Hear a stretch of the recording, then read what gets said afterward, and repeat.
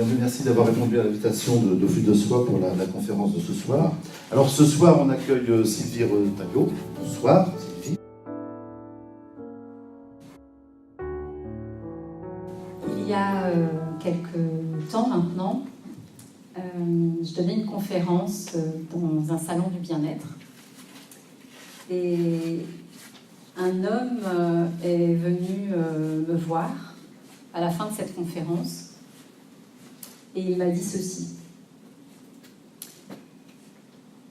Il m'a dit, ma thérapeute, alors que j'étais en plein burn-out, m'a montré votre livre et j'étais très en colère contre vous. En tout cas, je ne vous connaissais pas, mais j'étais très en colère contre la personne qui avait pu écrire un titre pareil. Et j'ai failli jeter ce livre à la figure de ma thérapeute.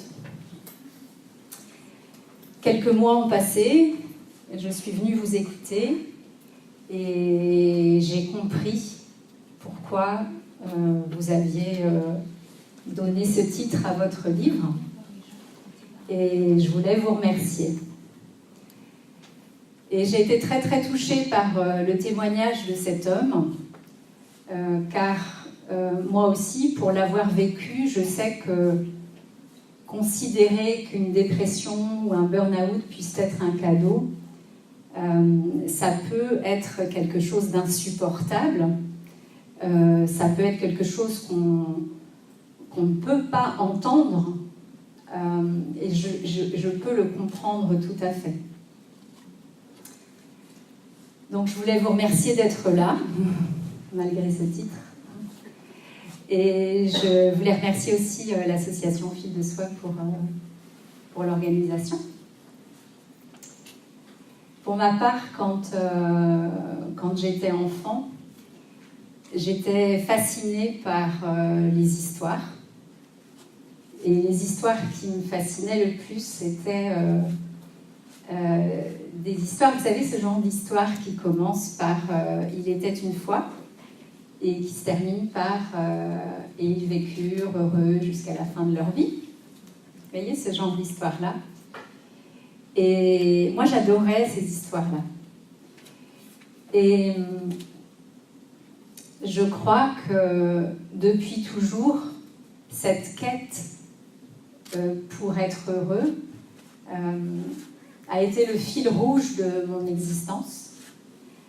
Il y avait vraiment cette envie de voir comment je pouvais trouver ce bonheur auquel j'avais du mal à accéder intérieurement.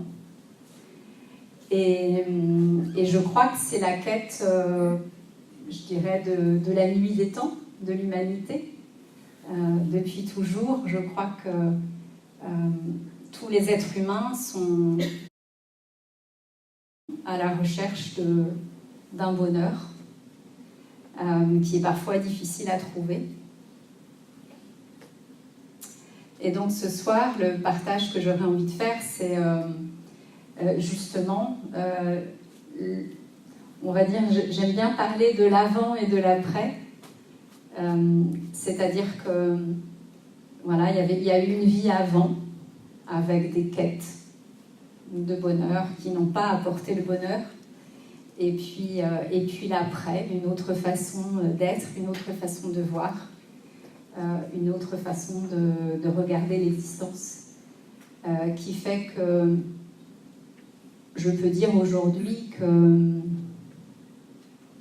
la joie ne se cherche plus, ou le bonheur ne se cherche plus, mais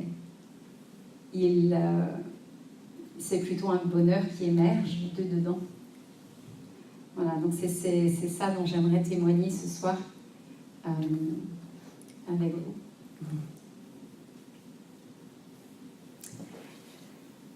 Et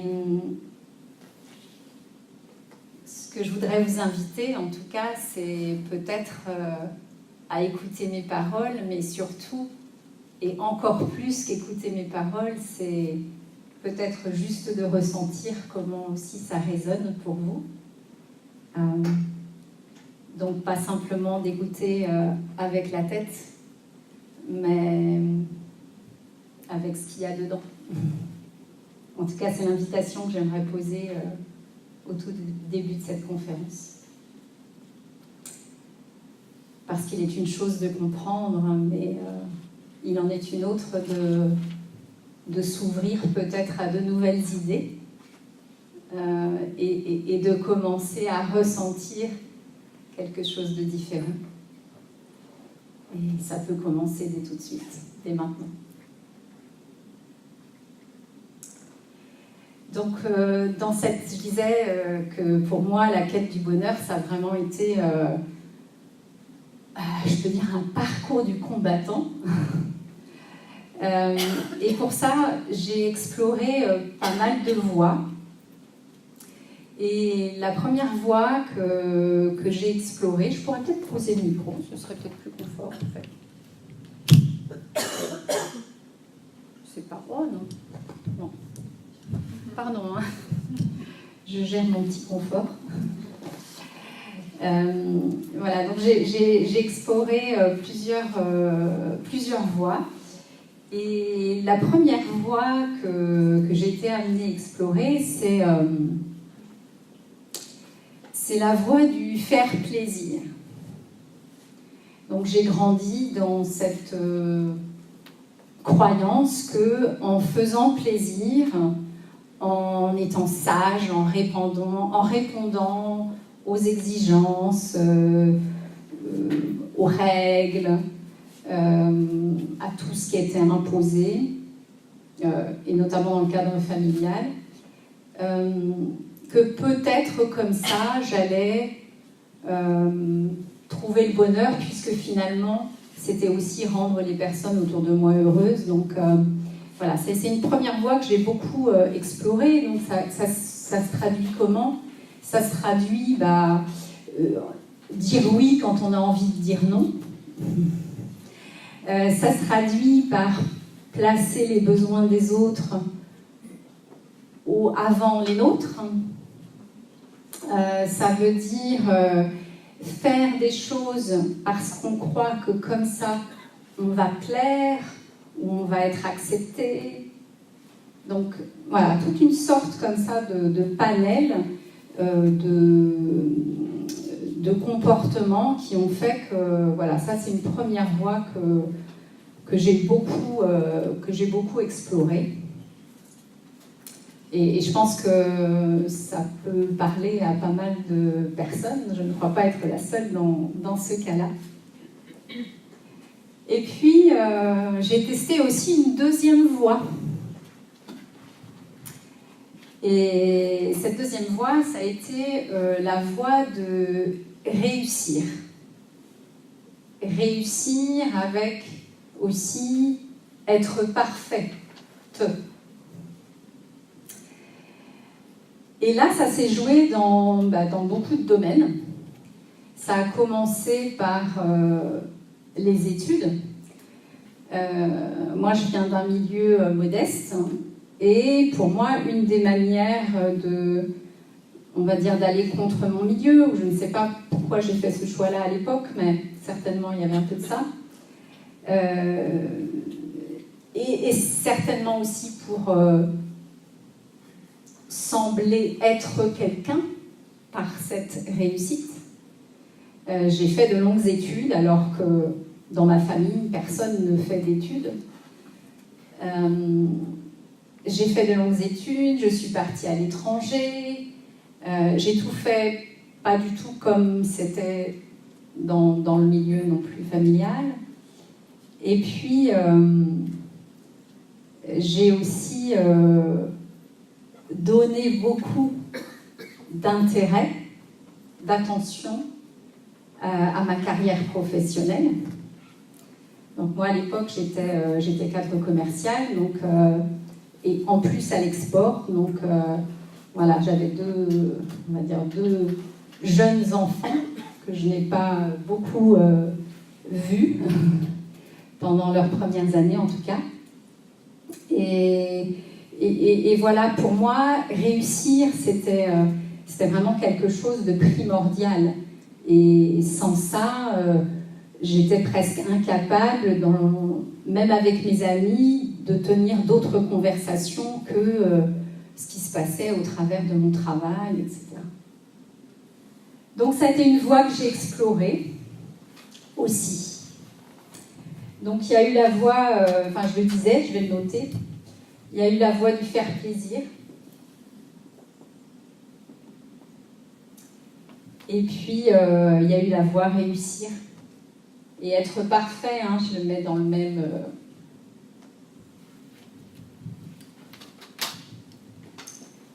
Et être parfait, c'était aussi assumer, montrer que j'étais capable d'assumer une vie de famille avec des jeunes enfants, en travaillant, en faisant du sport, en faisant tout bien, faire la cuisine, etc. Donc il y avait vraiment ce choix, en tout cas, que j'avais fait, dans l'espoir certainement d'en retirer quelque chose. Voilà pour cette deuxième voie. La troisième voie que j'ai beaucoup explorée aussi, c'est la voie de la fuite. Je vais vous expliquer en quoi ça consiste, mais je pense que ça va parler à certains d'entre vous aussi.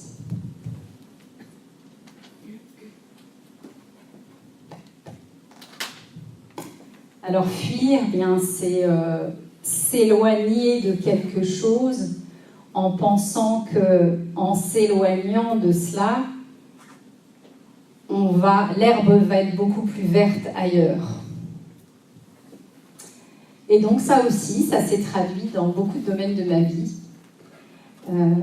Donc premièrement, l'éloignement de mon environnement familial, donc en choisissant de partir faire des études à l'étranger, d'aller faire des études aussi très loin de mon domicile, d'aller travailler aussi loin de chez mes parents. Voilà. Donc il y a eu cet éloignement au niveau familial. Il y a eu aussi quitter mon conjoint, donc quitter le couple, quitter la famille, pensant que c'était aussi ça la source de mon malheur, on va dire, ou la raison de mon mal-être. Donc ça aussi, je me suis éloignée de ça. Donc il y a eu beaucoup d'endroits, en tout cas dans ma vie, où j'ai cru que aller chercher quelque chose ailleurs allait me rendre plus heureuse que de regarder déjà ce qui était là.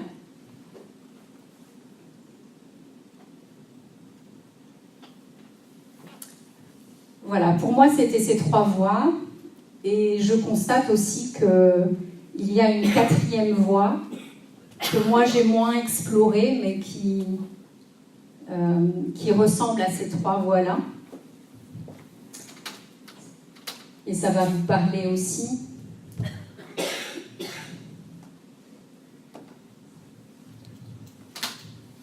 Donc c'est la voie de l'avoir.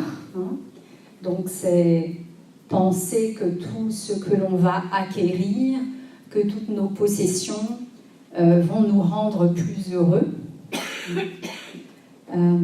Et Dieu sait si notre monde aujourd'hui est beaucoup articulé autour de ça. Donc voilà, bon, même si je gagnais parfaitement ma vie et que j'en ai profité aussi, c'est pas quelque chose qui a été moteur pour moi. Le travail, c'était autre chose qui m'apportait la motivation à réussir professionnellement. Et puis la cinquième voie que moi j'ai pu explorer aussi, c'est la rébellion. Je vais mettre ce rebeller.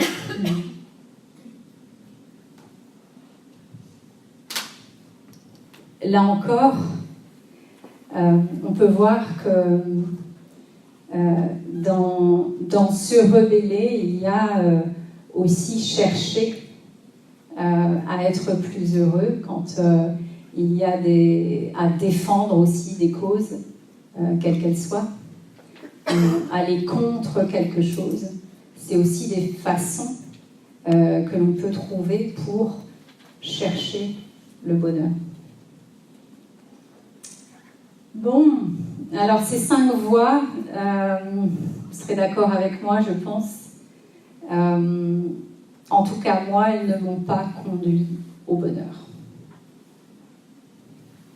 Et je dirais même que certainement, elles m'en ont un petit peu éloigné. Et ces 5 voies, elles ont quelque chose en commun. Est-ce que vous voyez ce qu'elles peuvent avoir en commun, ces 5 voies? Alors, je l'ai déjà dit un petit peu, mais je voudrais les réunir pour... Est-ce que quelqu'un a une idée? C'est à l'extérieur. Tout extérieur. Voilà. Donc la première chose qui réunit ces 5 voies, ce sont à chaque fois quelque chose que l'on va poser en dehors de soi, qu'on va aller chercher dehors pour pouvoir être plus heureux. Et elles ont autre chose aussi en commun, une deuxième chose en commun. La connexion avec l'autre, la connexion avec quelqu'un d'autre, enfin, les autres. Oui, il peut y avoir ça. C'est pas ce que j'avais en tête, mais oui, il y a ça aussi. Elles ont au fond ces 5 voies. Elles ont aussi quelque chose en commun qui est être reconnu. Donc la quête de reconnaissance. Le vouloir être aimé. Et au fond, je crois que ce qui nous pousse chacun à suivre ses voies, et la seule raison que l'on a à prendre ses voies, c'est de vouloir être aimé.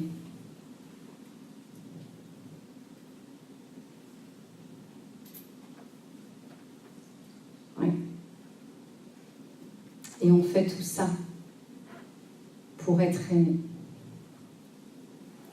Alors, ce soir, ce que je voudrais, ce dont j'aimerais témoigner, c'est que j'ai suivi ces 3 voies et à 30 ans, j'ai fait une dépression, une première dépression. Et à l'époque,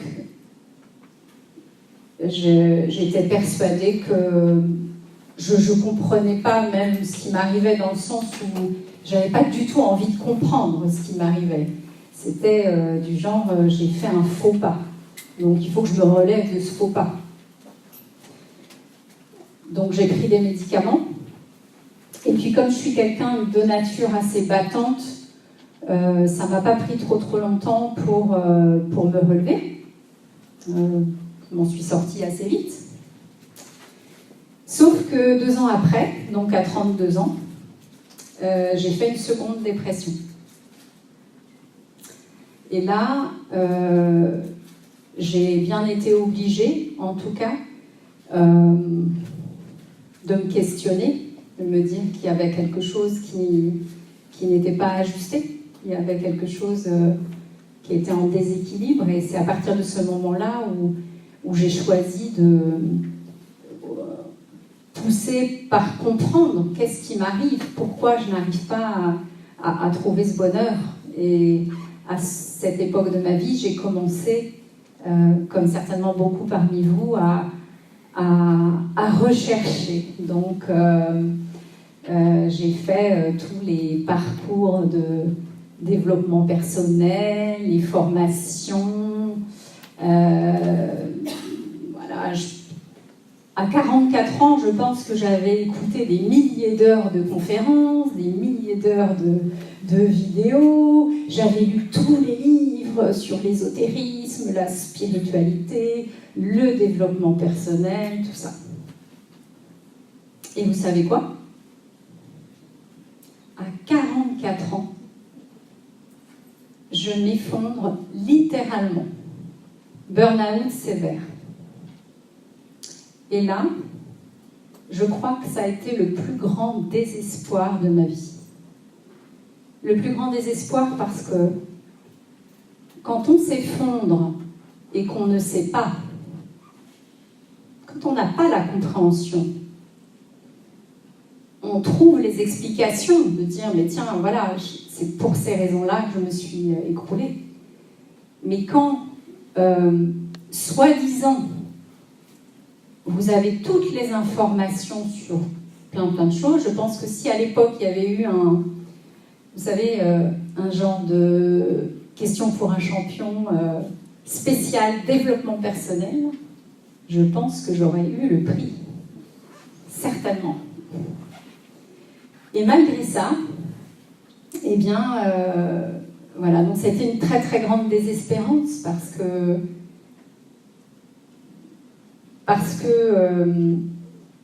voilà, je ne savais pas comment faire, même si j'avais tous les outils, etc., si je connaissais tous les outils.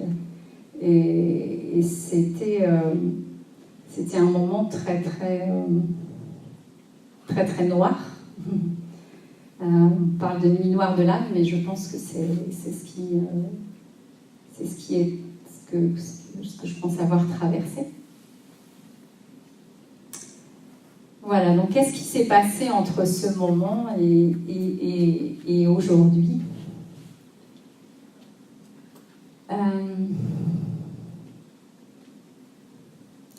La première chose, c'est que, et ça je vais vous demander de ne pas l'écouter avec vos oreilles, mais de le respirer avec moi, de l'entendre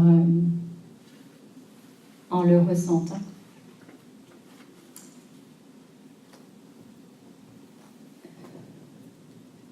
Ce qui se passait jusqu'à présent avec toutes ces thérapies et tout ça, c'est que j'avais le sentiment, encore une fois, je faisais la même erreur que là, si on peut parler d'erreur, il n'y a jamais d'erreur, mais c'est que je posais la joie ou le bonheur à l'extérieur à nouveau, comme quelque chose qu'il faut aller chercher. Donc il faut se développer, il faut guérir, il faut grandir, il faut évoluer pour devenir mieux, etc. Et finalement, c'est la même chose, c'est-à-dire qu'on pose le bonheur ou la joie comme quelque chose à l'extérieur de soi, quelque chose vers lequel il faudrait marcher. Je vous demande juste d'écouter ça, déjà, et de voir comment ça parle dedans.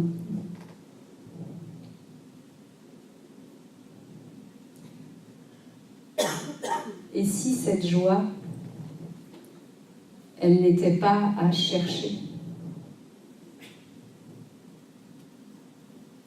Et si cette joie, elle était déjà là?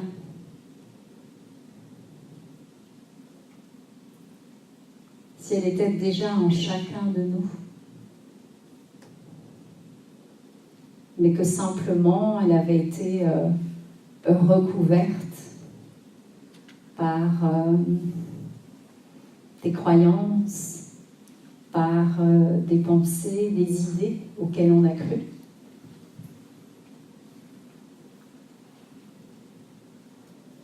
Mais qu'en fait, que cette joie, elle est juste, vous voyez, sur le bord de la fenêtre en train de vous regarder, et qu'elle a juste envie que vous lui disiez oui.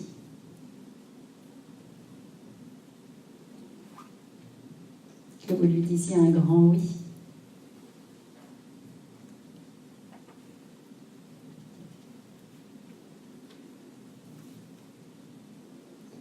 Alors si ce que je viens de vous dire peut-être résonne ou eh bien vous pouvez prendre juste quelques secondes ou quelques minutes aussi pour le respirer. Parce que, en tout cas, c'est ce qui s'est passé pour moi. C'est une idée à laquelle j'ai cru.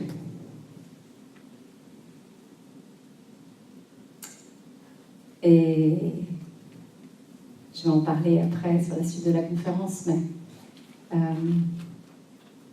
au départ, c'était juste ok, c'est assez joyeux comme idée finalement, hein, qui aurait plu à faire d'efforts, qui aurait plu à aller chercher quelque chose. Moi, je me souviens quand j'ai entendu ça pour la première fois, je me suis sentie soulagée, en fait. Parce que j'avais mis tellement de tension à chercher que j'étais rendue à un tel moment d'épuisement à force de chercher que cette idée de me dire que j'étais assise sur le trésor que je cherchais m'a fait beaucoup de bien. Et je me suis ouverte à cette idée. Je ne savais pas du tout ce que ça allait donner. Je ne savais pas du tout ce qui m'attendait. Parce que, à ce moment-là de ma vie, rien ne me faisait croire que c'était vrai. Parce que je ne me sentais pas mieux, parce que ma vie n'était pas tellement très rigolote. Et voilà, mais j'ai cru à cette idée. J'ai vraiment... je me suis accrochée à cette idée. Donc je vais le noter. Et cette idée, c'est il n'y a rien à chercher dehors. Ce que l'on cherche, c'est déjà dedans. C'est déjà à l'intérieur de nous. Et ce qui est demandé, c'est de se le rappeler, tout simplement. De se rappeler que c'est là. Et vous voyez, quand je fais ce mouvement, finalement, c'est...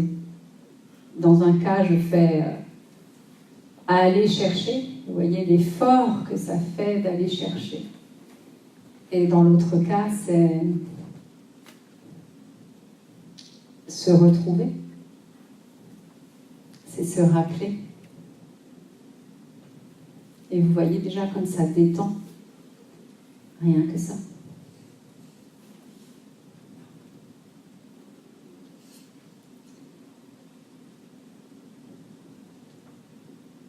Et pour moi, la conférence, elle pourrait s'arrêter là. Mais je vais vous dire d'autres choses quand même.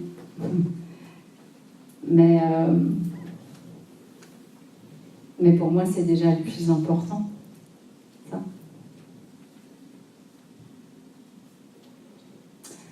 Alors, je vais le noter. C'est se rappeler qui on est.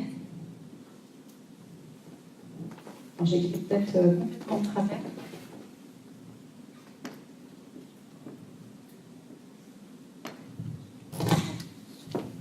Donc se rappeler qui l'on est. Qu'on est déjà tout ça. On est déjà la joie, on est déjà l'abondance, on est déjà le calme, on est déjà la sérénité. Tout ça, on l'est déjà. De nature, en fait. C'est notre nature. Parfaite, déjà, telle que c'est.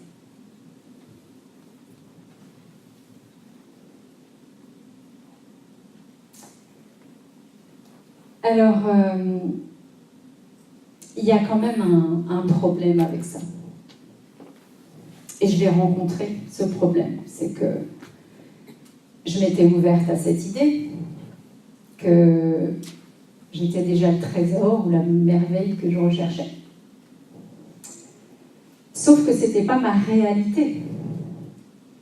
Et comme je vous le disais, ma réalité, c'est que j'allais pas bien, que ma vie, voilà, financièrement, ça se passait pas très bien non plus. Enfin, il y avait plein d'aspects dans ma vie. J'étais seule.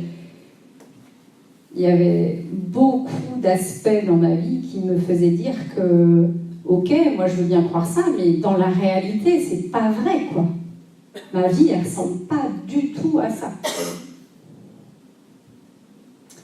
Et il y a quelque chose là, à cet endroit-là, parce que vous vivez certainement, vous aussi, des situations où c'est pas la joie dans certains domaines de vos vies, j'imagine, si vous êtes là. Et que ce qui va faire la différence à cet endroit-là, quand c'est pas encore là, mais que l'on sait quand même que c'est ce que l'on est, eh bien, c'est d'avoir la foi. C'est-à-dire de s'installer dans cette certitude que l'on est ça, même s'il n'y a aucune preuve en dehors.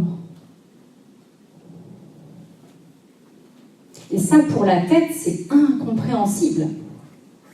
Hein, parce que la tête, elle fonctionne, c'est blanc, c'est noir. C'est là, c'est pas là. C'est là, c'est pas là. C'est oui, c'est non.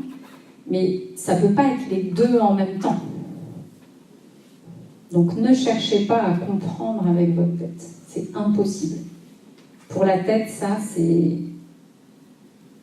juste pas possible de comprendre avec la tête.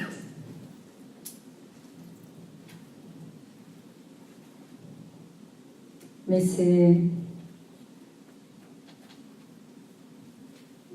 l'épreuve me prouve le contraire. Et en même temps, c'est ce que je suis.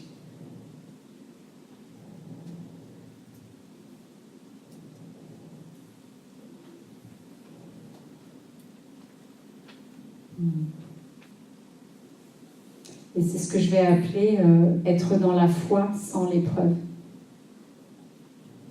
Et c'est toujours ce mouvement-là. Et je vais souvent vous refaire ça, c'est de revenir à l'intérieur. Parce qu'il n'y a pas de réponse à l'extérieur. Il y a juste des réponses en dedans. Donc c'est de rester dans cette foi sans l'épreuve. Voilà, donc la première invitation de s'installer, voilà, dans la certitude qu'on est déjà tout ce qu'on cherche. Et de rester dans la foi pendant un certain temps, parce que je peux vous assurer que ça ne dure pas si longtemps que ça. Quand on reste dans cette certitude de ne pas croire aux preuves qui nous sont données à l'extérieur.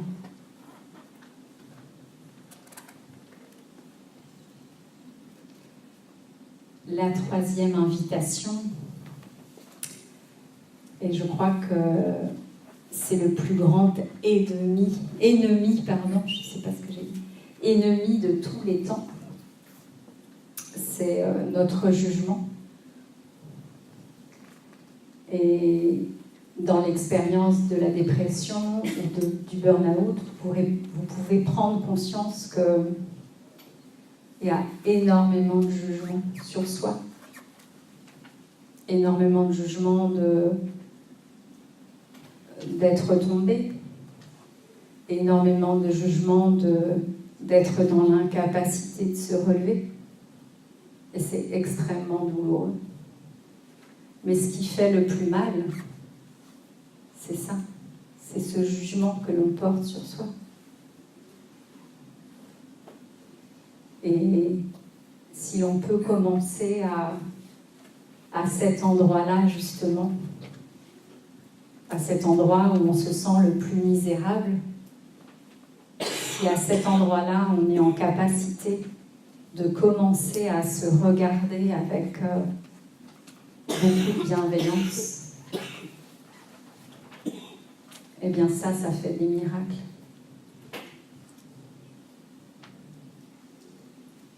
Et de prendre conscience de tout ce que l'on se dit pour se dévaloriser, pour s'auto-saboter, pour se dénigrer. C'est en permanence, en fait, qu'on fait ça. Et encore plus, et là j'insiste, encore plus pour les personnes qui ont parfois fait un chemin de développement personnel et qui, comme ça a été mon cas, on se juge encore plus parce que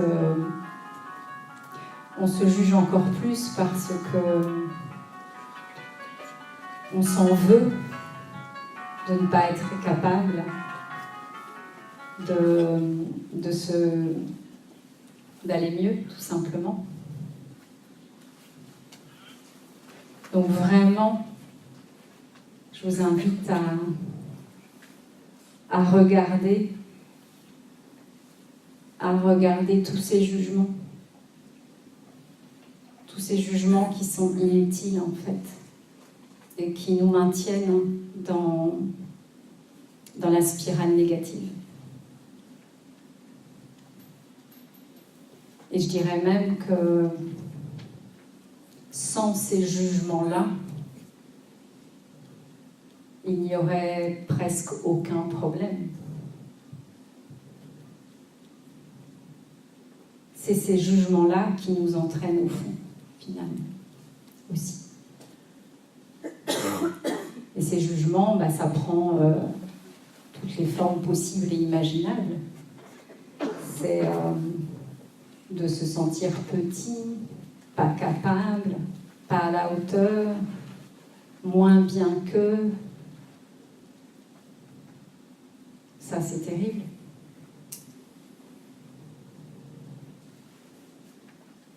Alors peut-être que ce soir, c'est le moment de reconnaître que oui, il y a certainement des jugements. Et il n'est pas question de juger, de se juger d'avoir des jugements, parce que ce serait encore pire. Voilà, mais simplement de reconnaître que oui, il y a des jugements. Et que peut-être il est temps de s'aimer vraiment. Parce que si jusque-là, on a cherché à être aimé par plein d'autres voies qui n'ont pas fonctionné, il est urgent de s'aimer pour qui l'on est, soi.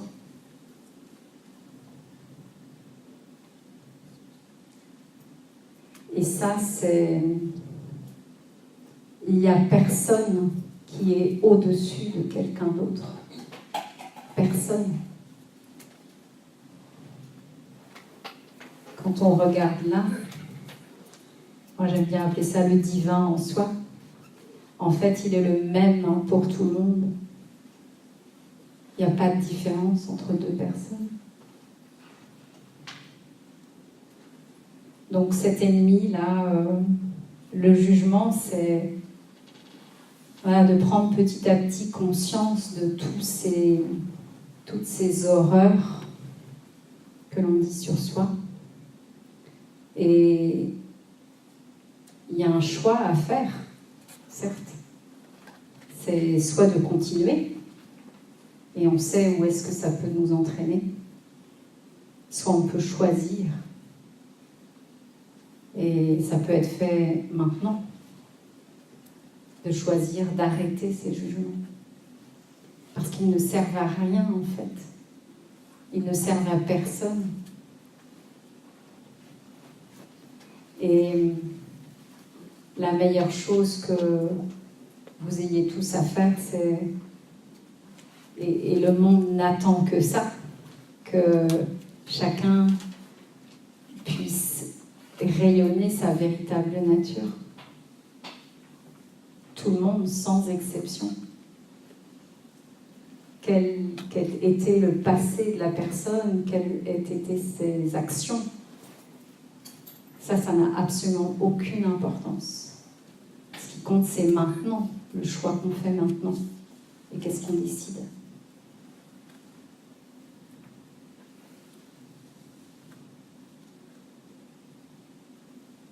Donc moi, j'aime bien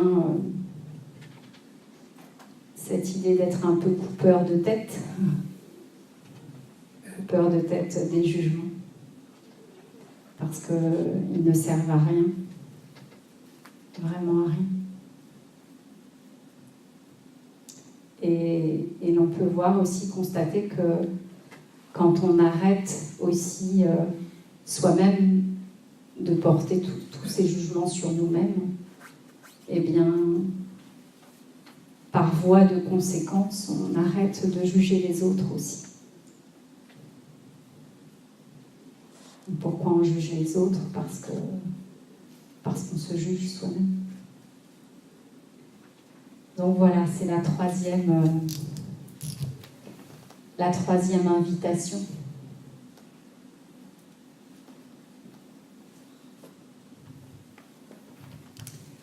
Et alors pour ça, donc c'est le jugement, hein, arrêter les jugements. Donc je vais faire comme ça. Pour pouvoir faire ça, il y a un ingrédient indispensable qui est la présence. La présence à soi.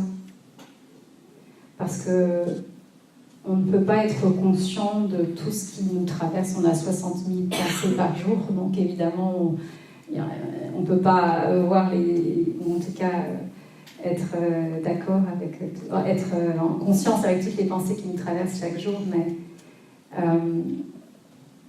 déjà dans la présence, c'est là que l'on va se rendre compte. Et comment on va s'en rendre compte? On va s'en rendre compte avec un outil qui est fabuleux, avec notre corps.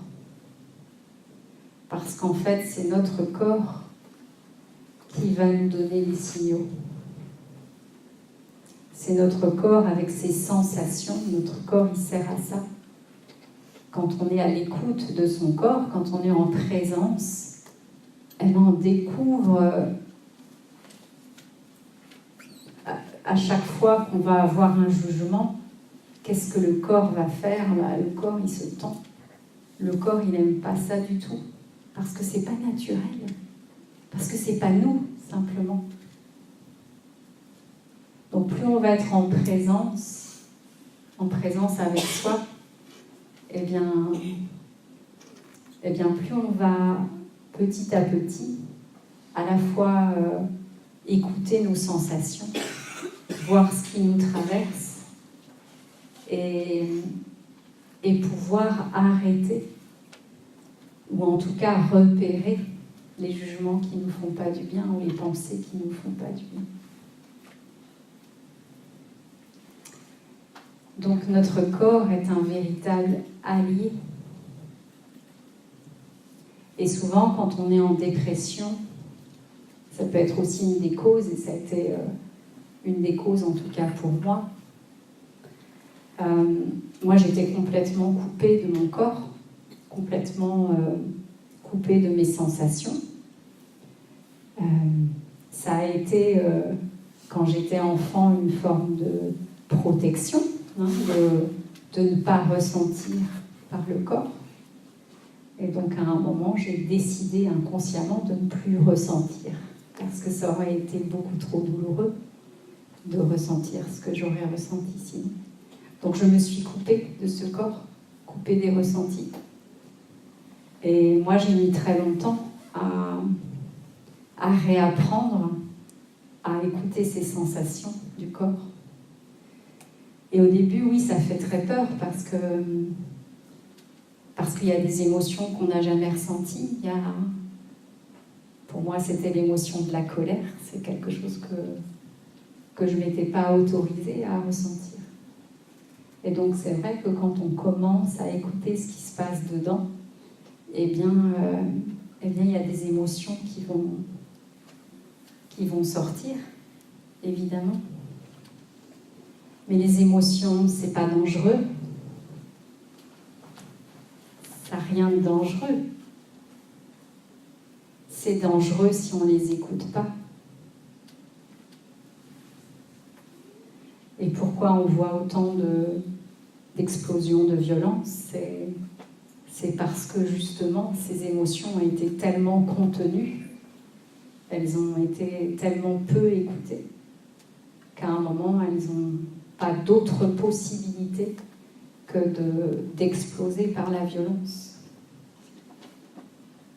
Et donc on ne prend aucun risque, aucun, à écouter, à se laisser traverser par nos émotions, parce que c'est juste humain. Et quand on résiste, je dirais une des plus grosses... moi, je le vois j'accompagne en individuel des personnes en burn-out, en dépression, que ce soit par Skype ou en présentiel. Et ce dont je m'aperçois, c'est que beaucoup des personnes que j'accompagne, je dis à 100% des personnes, sont complètement déconnectées de leur corps.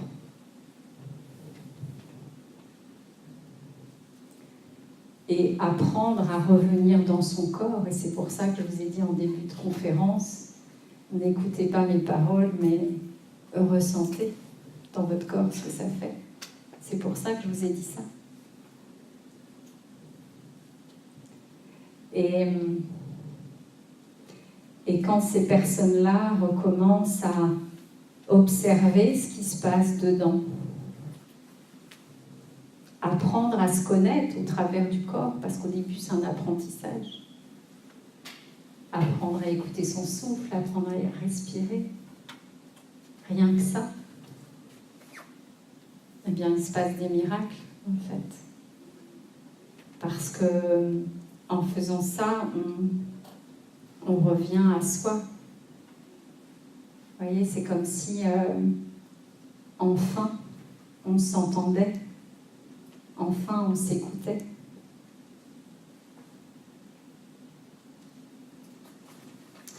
Donc notre corps, c'est un super allié. Et ce qui est magique, c'est que ces émotions-là, ou ces sensations, eh bien, qu'est-ce qui fait qu'on a le sentiment, quand on est en dépression, que ça dure, et qu'on ne s'en sort pas? Pourquoi ça? Parce qu'on résiste. On résiste à vouloir ressentir, en fait. Et c'est ce que j'explique dans ma dépression, mon amour, c'est que on veut s'éloigner. Vous voyez, je parlais d'éloignement. En fait, on veut fuir cette situation parce que c'est insupportable. Alors que si on accepte, même s'il y a des peurs, même si c'est pas évident, si on accepte quand même, malgré ça,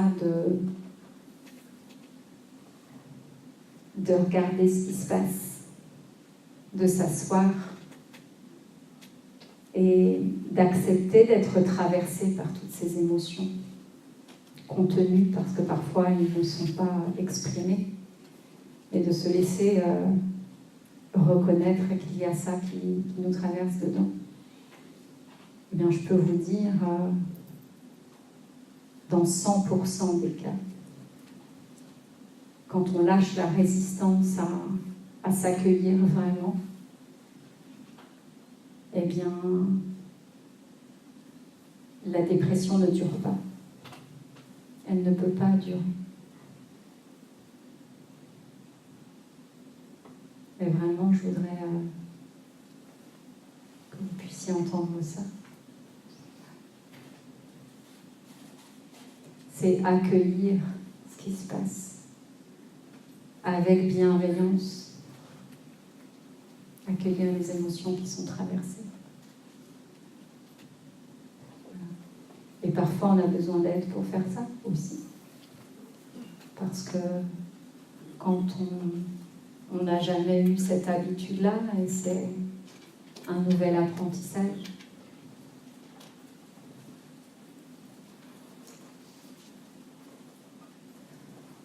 Donc le corps et les sensations.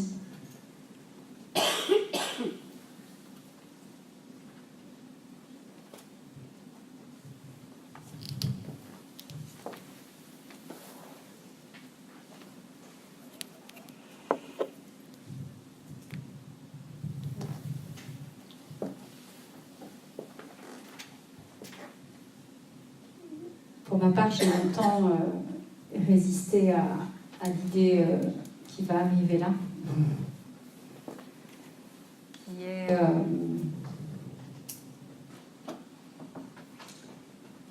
qui est qu'on a le choix et que être heureux, c'est une décision.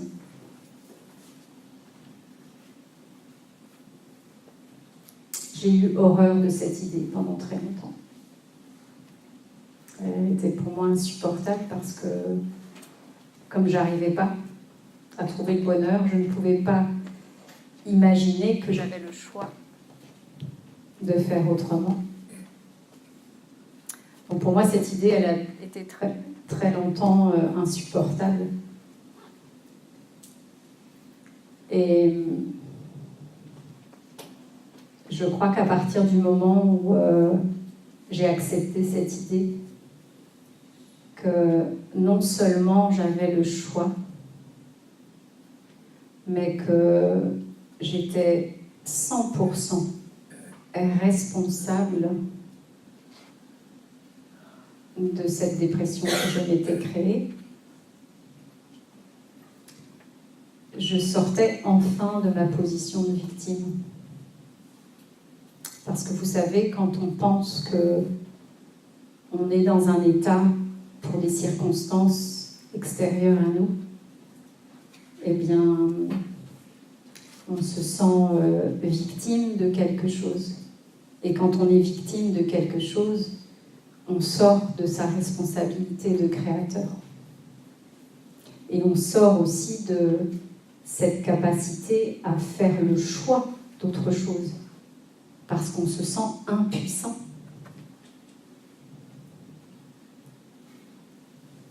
Et je sais, je reconnais que c'est quelque chose qui est difficile.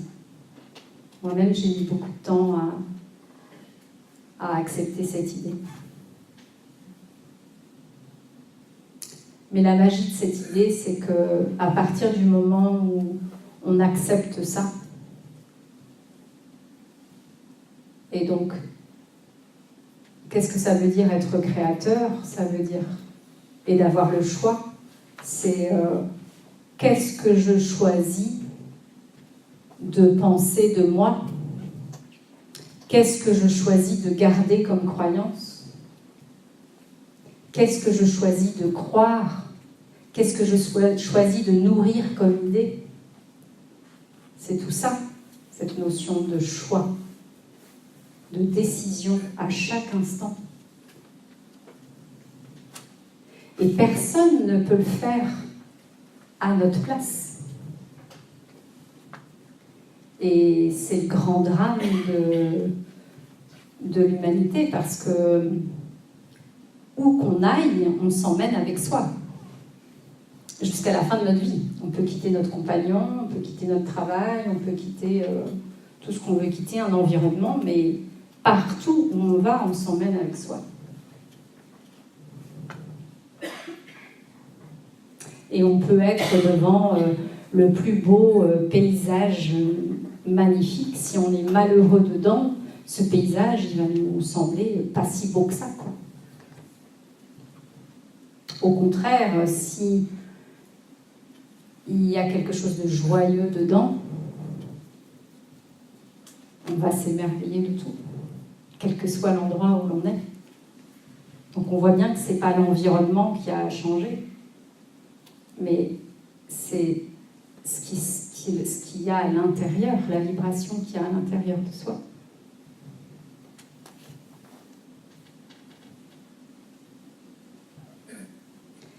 Et ce qui est magnifique avec cette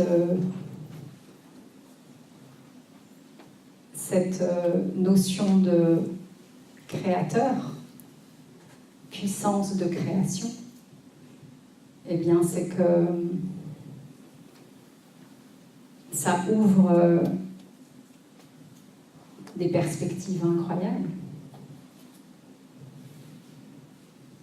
Parce qu'on peut tout remettre en question. Tout ce qu'on a cru jusque-là. Des idées comme c'est à cause de ce que j'ai vécu dans mon passé que j'en suis là aujourd'hui. Bien sûr que ça a eu un impact. Je ne suis pas dans le déni de dire que ça n'a pas d'impact, évidemment. Évidemment que ça a un impact. Mais qu'est-ce que je décide là, aujourd'hui, maintenant ? Qu'est-ce que je choisis de croire ? Est-ce que je choisis de croire que je suis agi par mon passé ? Auquel cas, sur mon lit de mort, je vais encore regretter mon passé. Donc, qu'est-ce que je choisis de croire maintenant ? Comment je choisis aujourd'hui d'être déjà dans la joie ?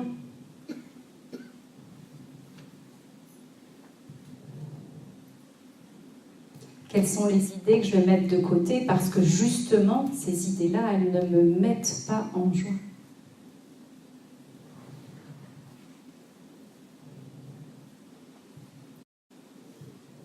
Hein ? Et quand il y a vraiment ce choix-là qui est fait, qui est respiré, vous pouvez le respirer là maintenant, si c'est votre souhait. De dire un grand oui à tout ça.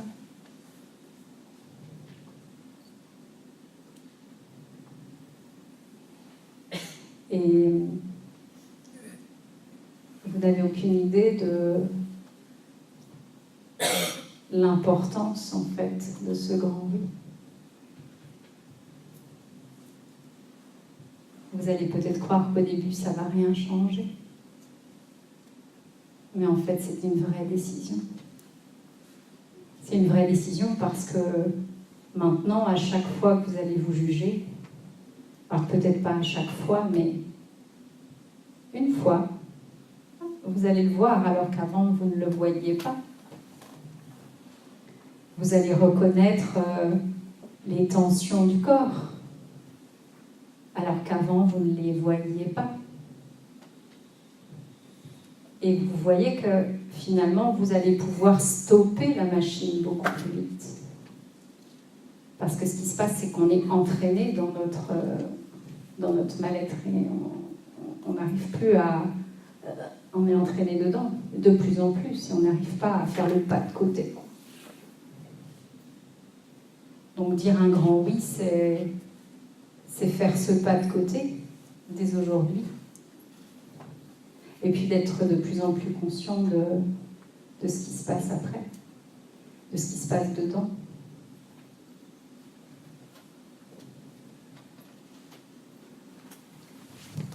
Je vais noter la création.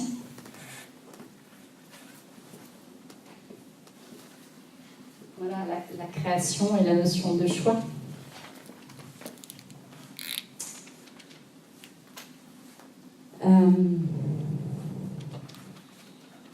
Je veux juste faire une toute petite précision par rapport à cette notion de responsabilité parce que je l'explique ça dans mon livre et on confond souvent la responsabilité et la culpabilité. Donc c'est deux choses très très différentes. Donc oui, on est responsable à 100% de ce qui nous arrive, mais c'est pas pour ça que l'on est coupable. On est coupable de rien. En fait, la culpabilité, c'est quelque chose qui n'existe pas dans la nature. Les animaux ne sont pas coupables, les arbres ne sont pas coupables. C'est quelque chose qui n'existe pas dans la nature. Donc je parle bien de responsabilité, pas de culpabilité. Et puis le dernier point que je voulais aborder, et ça me met beaucoup en joie, c'est, et je voudrais vous donner une image pour ça. C'est, vous voyez, dans les moulins, il y a des roues. C'est des roues à aube, hein, je pense que ça s'appelle, des roues à aube, donc ça tourne. Ça tourne. Ça tourne. Et donc l'eau qui se met entre les pales permet que la roue continue à tourner, etc. Et imaginez que ça, c'est la vie. Qu'est-ce qu'on fait, nous, en permanence? C'est que on veut que l'eau, elle reste entre les pales. Et donc, l'eau entre les pales, ça peut être toutes nos croyances, etc., qu'on retient, tous nos attachements.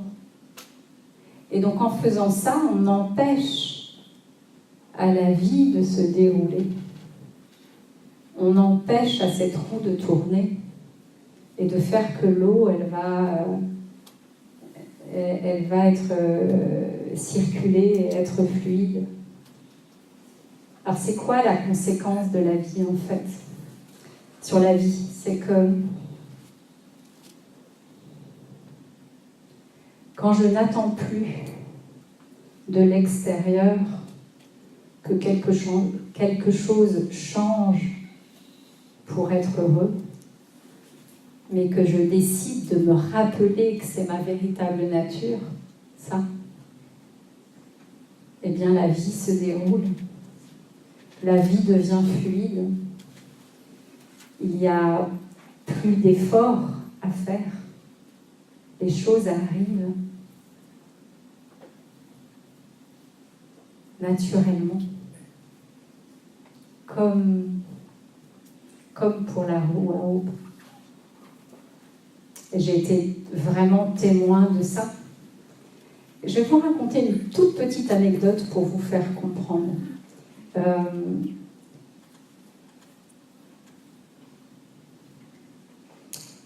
Juste avant, quand je me suis ouverte à cette...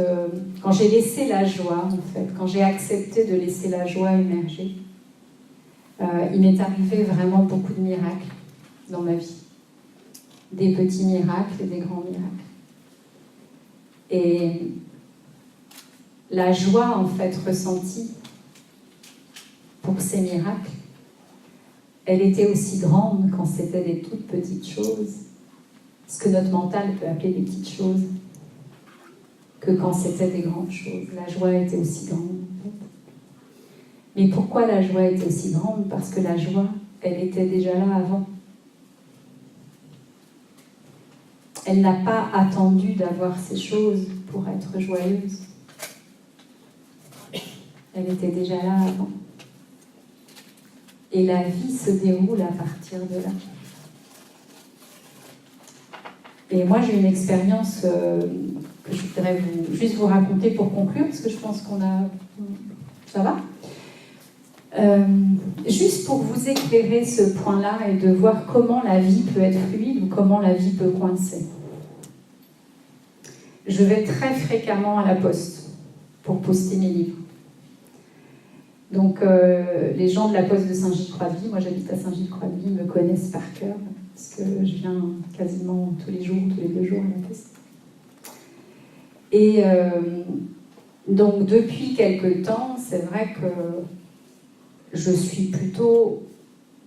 Ce qui était une petite parenthèse de joie dans mes journées, maintenant c'est quand même des grandes parenthèses. Puis il m'arrive d'avoir des petits moments où bah, voilà, ça grippe aussi. Et donc, généralement, quand je vais à la poste, je suis quand même assez joyeuse. Donc, ils sont souvent contents de me voir à la poste parce que voilà, ça leur fait du bien, je pense. Et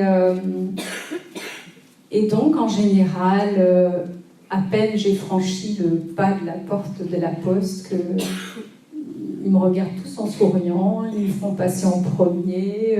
Si j'ai un problème, ils me prêtent un carton pour mettre un livre de plus dans un... Enfin bref, ils sont vraiment adorables. Et il y a 2 semaines, je vais vous raconter 2 anecdotes. C'était cet été, la première anecdote, c'était cet été. J'arrive à la poste, et avant d'arriver à la poste, je veux me garer. Comme c'est encore l'été et que c'est donc la côte, il y avait beaucoup de monde. Et donc, d'habitude, j'y vais à vélo, mais là, je vais en voiture. Et je veux me garer, il y avait quelqu'un qui était à contresens, et je n'avais pas vu qu'il voulait cette place-là.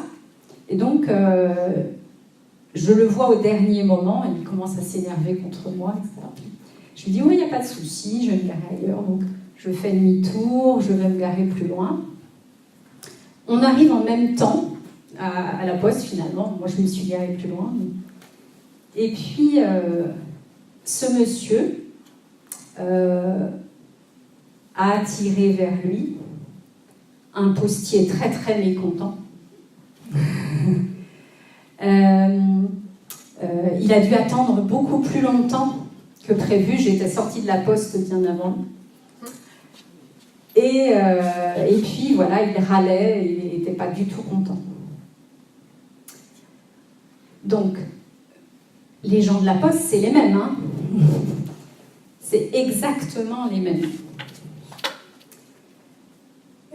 Donc, il y a 15 jours, je me réveille un peu bougon. Je ne sais plus trop pourquoi. Bref. Donc, je vais à la poste, j'étais pas dans mon meilleur jour, on va dire.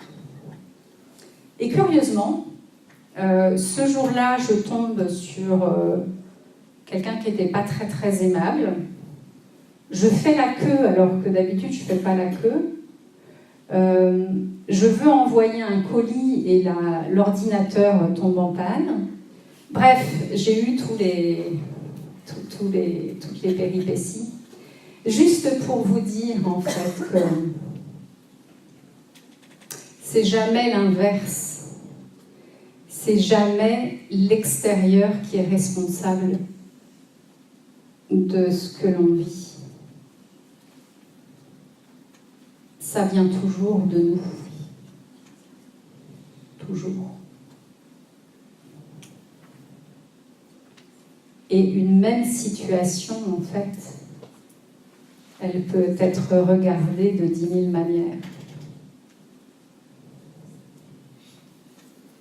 Et je vous invite vraiment à observer ça dans vos vies. Vraiment. Parce que moi, je le vois que depuis que la joie est beaucoup plus présente, ça ne veut pas dire qu'elle est là 100% du temps et que je ne rencontre jamais d'obstacles et de... Bien sûr que non. Mais ces parenthèses qui sont de plus en plus larges font que la vie est quand même beaucoup plus fluide que ce que j'ai pu vivre avant.